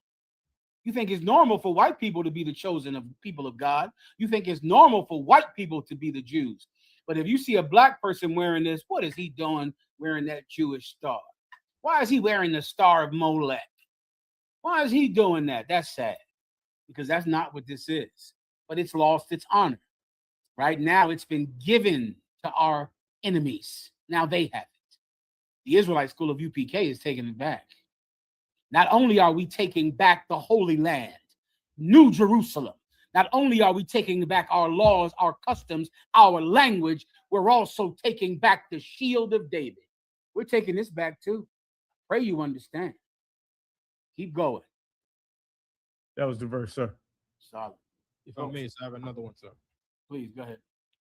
I got Daniel 6 and 17. And a stone was brought and laid upon the mouth of the den, and the king sealed it with his own signet. There you go. And with the signet of his lords, that the purpose might not be changed concerning Daniel. Every Israelite king had a signet, and it was his signet and the signet of his lords. So this was his signature, and his men, his officers, wore it as well. Well, this is the signature of King David. Jesus Christ, this is his signature because he is of the house and lineage of David, and we are his lords. So it's our signature as well. We all rock it. We all are taking it back, and you're going to wear one too. You're going to rock this. You in the Israelite school of UPK, you're rocking that shield of David. I better see it on your neck immediately. Everyone understands. Oh, God.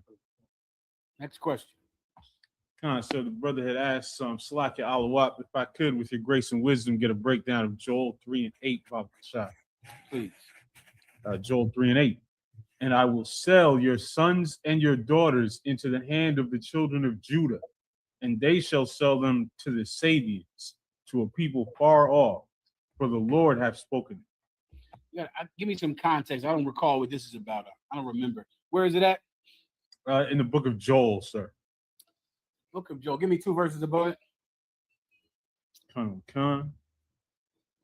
Joel verse 6. The children also of Judah and the children of Jerusalem have ye sold unto the Grecians, that ye might remove them far from their border. Keep going. Verse 7. Behold, I will raise them out of the place whither ye have sold them, and will return your recompense upon your own head. Keep going. Verse 8. And I will sell your sons and your daughters into the hand of the children of Judah. Yeah, I have the context now for water. This is a precept about slavery in the kingdom of heaven. You know, every kingdom has had a lower class of people that the society is built on. Someone has to pick the cotton. Someone has to pick the corn and the sugar cane. Someone has to. We did it for America and Great Britain and France. We did it. Well, the lower class, the farming class, the agricultural base of the kingdom of heaven will be white people. White people, you're going to pick cotton in the kingdom of heaven. You're going to go out there in those fields and get sugar cane to make the most wonderful scotch and rum. You're going to go do it. You're going to go into the fields and you're going to study war no more. You're not going to fight wars anymore. You're going to farm. You're going to farm. And here's a precept, another precept explaining it. Read it from the top. So Joel chapter 3 and verse 8. And I will sell your sons and your daughters into the hand of the children of Judah. You understand? Who are we speaking about? He's saying 2 verses above it that because they sold our children. They sold our children to the Grecians. They sold our children. So what's going to happen to your children? Your children are going to be sold to the Jews. You're going into slavery. Why? Because you made slaves of us. That is just justice. What's justice in Spanish? Justia. I believe it's justia, justice. Someone can correct me. That's justice, man. God's justice, right?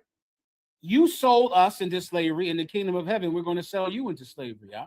And white people are going to go out and cut sugarcane for miles and miles and miles of corn and sugarcane. Keep going. Sir. And they shall sell them to the Sabians. And they shall sell them. So now white people are getting sold to the Sabians. I forget who the Sabians are. There's some type of heathen race, the Sabians. Commander General YAHANNA, I'm sure, knows. I don't know who the hell a Sabian is, but they're a heathen. And you're going to get sold to the Arabs, sold to all kinds of other people, sold to China, sold all over the world, you know, as chattel. And it's what happened to our great-grandparents. It's going to happen to you. And that is justice, young brothers and sisters. Justice. Is there anything else? Sir, that's all on that. All right. Next one. Also, Barakia Allah asked Salakia Allah if I could get a breakdown of Proverbs 24 and 27. Of course, no problem. I'm not doing anything else. Sign Christ, sir. Proverbs chapter 24 and verse 27. Prepare thy work without, and make it fit for thyself in the field, and afterwards build thine house. I need some context for this as well. Go ahead. Verse 25. Verse 24. He that saith unto the wicked, thou art righteous, him shall the people curse. Nations shall. I'm sorry, read one more time. I didn't hear you. My apologies. Go ahead again. Proverbs 24 and 24. He that saith unto the wicked, thou art righteous, him shall the people curse. Yeah. Whosoever saith to the wicked, thou art righteous. This is an excellent precept, old school One West precept. Whosoever saith to the wicked, you are righteous, him shall the people curse. That's what your Christian leaders do.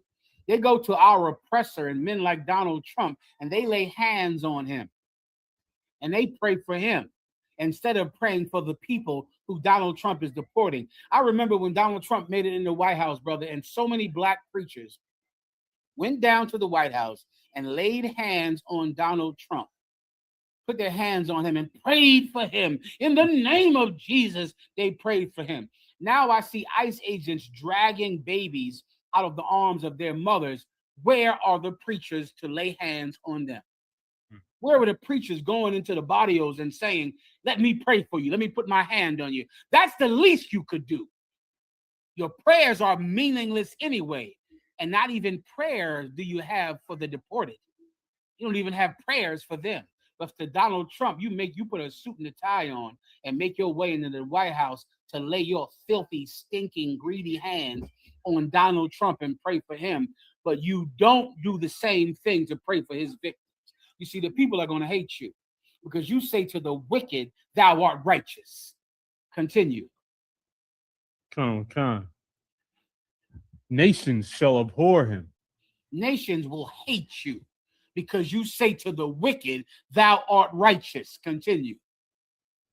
But to them that rebuke him shall be delight. Oh, but when people check you, like the Israelite school of UPK under command and General YAHANNA, we're going to just be, it's delightful to talk about preachers and their evil eye. We're going to do it. Everyone is going to speak about the Christian church. Right now, these same Christians that are telling you you have to get a marriage license and you have to love all white people and white people are going to the kingdom of heaven. There is a time coming that is in about 2 seconds where everyone is going to hate you for doing that because you went to the most cruel villain and you told all of us that he was the good guy. And while we suffered and died under him, the people that go to you and challenge you and chastise you, it is going to be delightful for them to do it. Continue. And a good blessing shall come upon them. You get that. Go ahead. Every man shall kiss his lips that giveth a right answer. Keep going. Prepare thy work without, and make it fit for thyself in the field.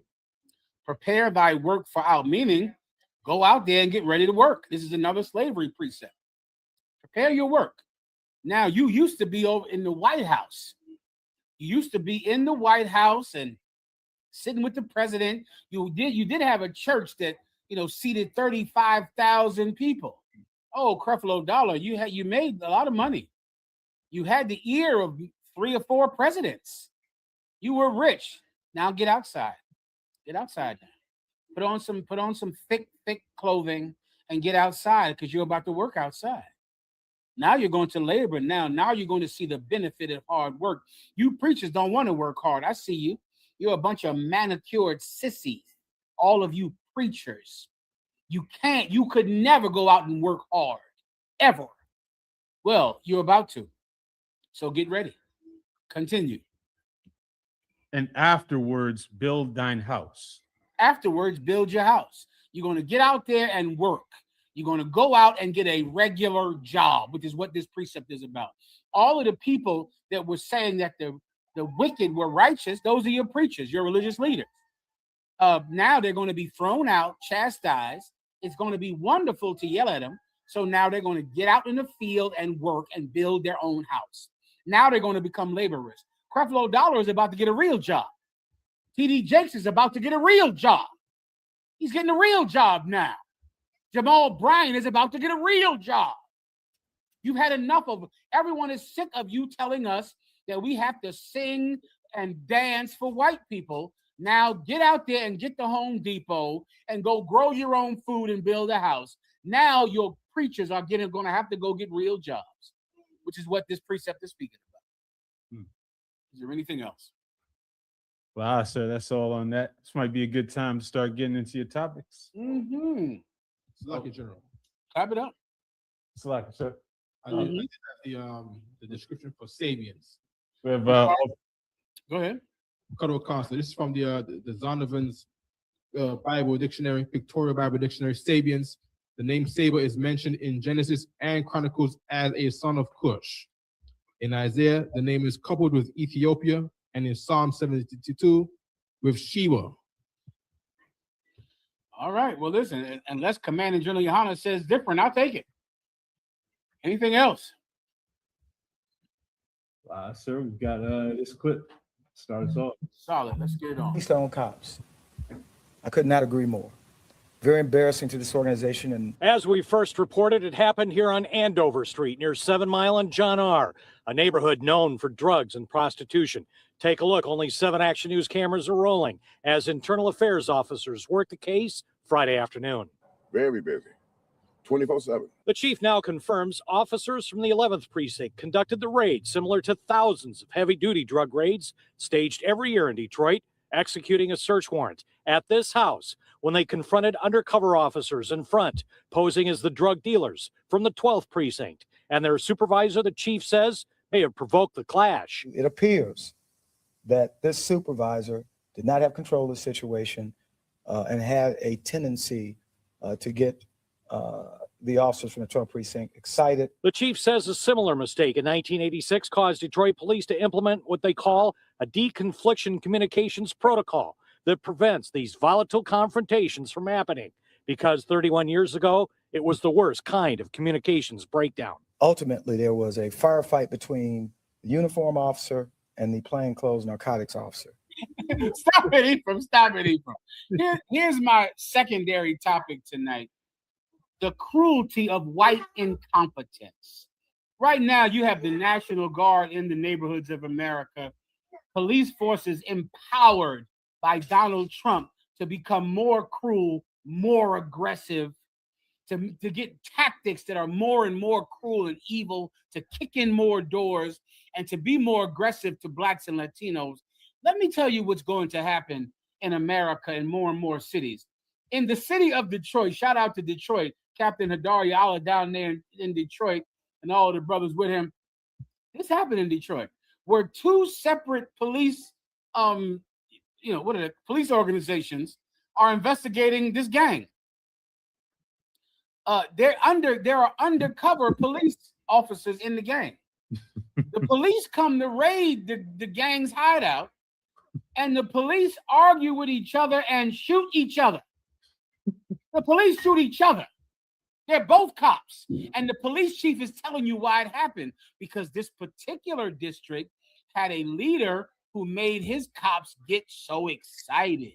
That's what you see happening on the news all the time, where the police are encouraged by their supervisors to get more angry, to get more tough, to be tough on crime. This is how tough they are on crime.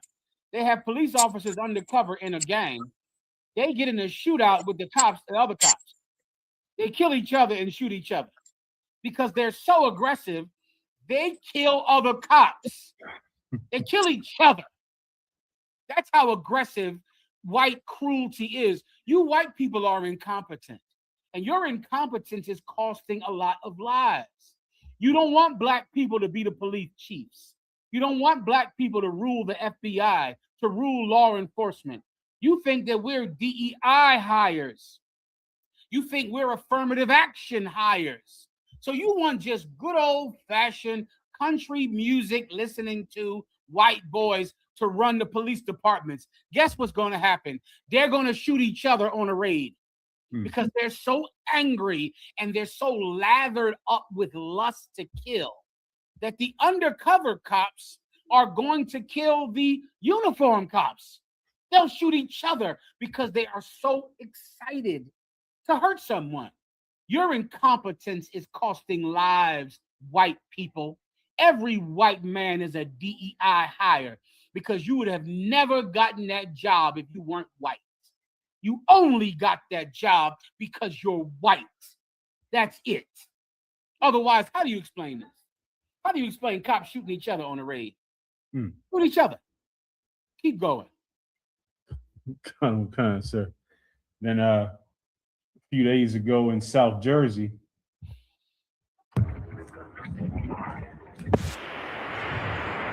Here we go. You want me to tell them, or is there going to be a newscaster telling them, Ephraim? Go ahead, sir. Let me explain what happened in South Jersey a few days ago. 2 helicopters ran smack dab into each other. Helicopters are flying through the sky. They both run into each other. Here's the good news, Charlie Kirk. Both of the pilots were white.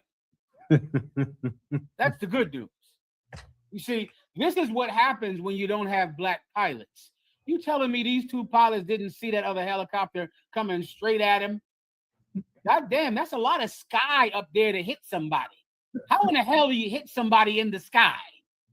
You're not on the road where it's a car next to you, car in front of you, car behind you. You're in the sky. How in the hell does 2 helicopters, they hit each other in the sky? The good news is both of the pilots were white. You know what, Charlie Kirk, I know you can't hear me. You're burning in hell right now. But if you were here, you would say, I wish there were more black pilots. I wish there were more black pilots so that lives could be saved. Don't you understand? If you see a black pilot, you should tell yourself, thank the Lord, my pilot is black. Because a black pilot has had to overcome systematic racism to get that job. A black engineer, a black doctor, a black lawyer, any black professional has had to overcome a profession where no one wants him there. No one wants to hire him. No one wants someone that looks like him to work there. They feel uncomfortable with a black pilot around in the coffee room because they feel like they can't tell black jokes. They can't talk freely around black people. They don't want to hire black people. And in a system and in a world where no one wants black people to have these jobs, this pilot has succeeded. He's the best pilot. He's the best. His skill has made him overcome the hatred of his profession. Everyone in his profession hates him. And he's still a pilot? He is absolutely competent, overqualified. But now what do you have? Now you have white people who are pilots, you know, because they're white, because their daddy knew the right person, because their uncle knows somebody. You've always heard this tone. You ever heard this before, Ephraim? It's not what you know, it's who you know. You ever heard that, Ephraim? Sir. Well, guess who white people know? The owner of the airline. Right. White people know the chief of police. White people know the judge. White people get their jobs not because of what they know, but because of who they know. The problem is you're going to kill a lot of people. You're going to crash a lot of goddamn planes, you stupid, ignorant white pilots. The airline industry needs more black pilots, needs more más Latino pilots. Right. Need them. You need them, or else a lot of people are going to die. You're so cruel that you're going to lose your life because your pilots are incompetent, because they're white people that got the job, not because of what they know, but because of who they know. Continue. If I could, sir, it's funny that you use police chiefs as an example. I was just talking to somebody about a story that was in the news last year. There's a town in North Jersey called North Bergen, a very, very like Hispanic and immigrant-filled town that happens to have a white police chief that made worldwide news when all the weird things that he does openly in the office came to light. Puts Viagra in the coffee, defecates in the bathroom, and I mean, like on the floor of the bathroom for the cleaners to have to deal with it. All types of weird things like that. He still has his job. You kidding? A year later, after that hit, worldwide news. I remember that story. That white man went and just defecated in the middle of the floor. And he's the chief. And he put Viagra in the coffee pot. Told everybody. Took off his shirt in the middle of the job. He is still working there. He knows somebody, Ethan. You understand? He knows the mayor. He knows some city councilmen. And he's probably going to get his cops to get in a shootout with other cops soon. You'll see that. He's incompetent. White people, I'm telling you this because I like white people. Really? You think I don't like white people? I like white people. I like white people. I like all their fancy restaurants and I like all the cars and the trucks. I like my truck. Well, I got that from white people. I like a lot of things that white people have. I'm trying to help you, white people. You're stupid.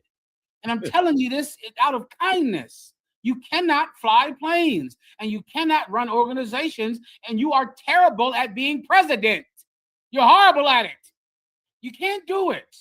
And I'm telling you this because I like white people and I want you to succeed. You're going to be a far, far better picker of cotton than you ever will be a president. You're going to be better at that. Continue. We had this story recently. Seeing new video of the moment Nick Reiner, son of director Rob Reiner, was taken into custody. Reiner seen with his hands in the air, LAPD officers and U.S. Marshals swarming into that intersection, putting Reiner on the ground and handcuffing him. Just moments before, this new video shows him inside a gas station, the scene playing out just hours after his parents were found stabbed to death. And the Los Angeles District Attorney has now charged Nick Reiner with 2 counts of first-degree murder. These are some of the most serious charges that a DA's office can bring against anyone. The DA says Nick Reiner killed his parents with a knife. Sources say Romy Reiner, the daughter of Rob and his wife Michelle, found the couple dead at their home Sunday with stab wounds. Let me tell you, if I could think of a story that absolutely crystallized how incompetent white cruelty is, it's the Rob Reiner story. This is a perfect story, and I'll explain to you. Give me Donald Trump's response. Rob Reiner is a famous white man, a comedy legend. I mean, he directed the movie When Harry Met Sally, A Few Good Men, so many other movies that everyone watches and everyone loves. These are movies written and directed by Rob Reiner. Except Rob Reiner had a son, and Rob Reiner's son was a drug addict. He's a drug addict. And he has been arrested and in and out of drug programs, in and out of jail for years.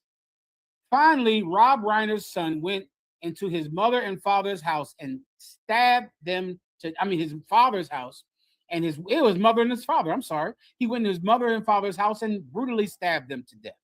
And at the end, after they were murdered, this was Donald Trump's response. Go ahead and play it and read it. He posted on Truth Social, a very sad thing happened last night in Hollywood.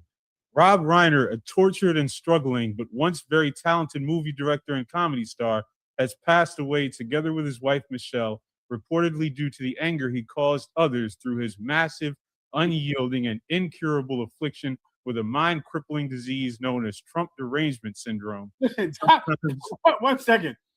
Rob Reiner was stabbed by his drug addict son. Donald Trump blamed it on Rob Reiner not liking him. He said, since Rob Reiner doesn't like me, that's what caused him to die. Continue. He was known to have driven people crazy by his raging obsession of President Donald J. Trump. Donald Trump is saying because Rob Reiner didn't like Trump, that's what drove his son crazy. That's what Rob Reiner is really responsible for his own stabbing, because if he would have loved Trump, his son would have never stabbed him. I'm barely paraphrasing here. This is what Trump is saying. Read that last part again. He was known to have driven people crazy by his raging obsession of President Donald J. Trump. He's saying that he drove his son crazy because he didn't like Trump. Keep going. With his obvious paranoia reaching new heights as the Trump administration surpassed all goals and expectations of greatness. Bring me back up. Donald Trump said that really Rob Reiner caused his son to kill him because he didn't love me. And if he would have loved me, his son would have never killed him. Ephraim, the Romans took a crown of thorns and they pressed it on the head of the greatest man that ever lived, who was innocent of his crime and who was already going to be put to death. Whenever I read that story out, I try to understand, why would someone put a crown of thorns on someone's head who was about to be killed by them? Why would you do that? Why would you add pain to his death? Why would you add misery and agony to a death that is already going to be terrible? Why would you put a crown of thorns on his head? You have to understand, white people, to understand why they put a crown of thorns on the head of our king. And Donald Trump best represents white people because he is absolutely cruel. And his cruelty makes him a terrible president. He can't mourn with you when you're going through a loss. He can't heal the nation because he is so cruel. He can't help you. You're looking to him like, oh, Rob Reiner got killed, Mr. President. That's because he didn't love me. His arrogance and his ego make him so cruel that he cannot help you when you are going through a death. He is incompetent at being a president because he is cruel. And let me tell you this story is so perfect for another level. Rob Reiner's son has been in and out of drug rehab centers forever. Rob Reiner's son is a crackhead, is an Oxycontin head. Rob Reiner's son is a cocaine addict. I've been hearing for 2 years about this, what's that drug that's killing everybody, Ephraim? Fentanyl, sir? Fentanyl. All I ever hear about is fentanyl. Fentanyl. We have to stop the fentanyl from coming into America. The Venezuelans are bringing fentanyl into America. To stop fentanyl from coming into America, Donald Trump is committing international murder on the high seas, destroying boats that have not been raided. They have no proof that there are any drugs or fentanyl on these boats at all. But he is killing people that leave Venezuela on small fishing boats. He did it about 6 times. He took over a Venezuelan oil tanker, all because he has to stop the fentanyl from coming into America. Let me give you a better way to stop fentanyl from killing Americans. Why don't you teach these white people to stop being such drug addicts? You white people are filthy, disgusting cocaine addicts. You're dying of fentanyl because you're snorting so much cocaine that eventually fentanyl is mixed in with the cocaine. Don't you understand why fentanyl is killing everyone? They act like fentanyl addicts are dying simply because they touched some fentanyl on the way to school, on the way to church. They act like fentanyl is killing so many people. Nigga, they ain't breathing in fentanyl in the church. They're not breathing in fentanyl as they go to school and go to college. The reason that fentanyl is killing so many white people is because white people are snorting so much cocaine that fentanyl is mixed in with some of that cocaine. You white drug addicts are destroying the country. And the president, instead of putting white people in jail, he would rather murder Venezuelans. He would rather kill the Venezuelans than put these white drug addicts in jail. How in the hell are you going to stop drugs from coming into America when the demand for drugs is so high? Drugs will always be here as long as you have so many drug addicts who demand to get drugs. White drug addicts have to be put in jail. You white people are soft on crime. You're soft on white crime. You let these white drug addicts snort so much cocaine that eventually they die because fentanyl is mixed in with all of that cocaine. And what I want to know is this: do you expect to snort cocaine that is free from fentanyl? Like, what is in the mind of white people? Are white people like, listen, I should be able to snort my coke and it should be no fentanyl in it. My coke should be clean, just pure cocaine. It should not have fentanyl in it.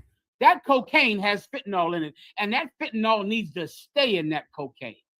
Fentanyl needs to always be in cocaine all the time. Why? To scare you cokeheads from snorting coke. Because what if there was no fentanyl and cocaine?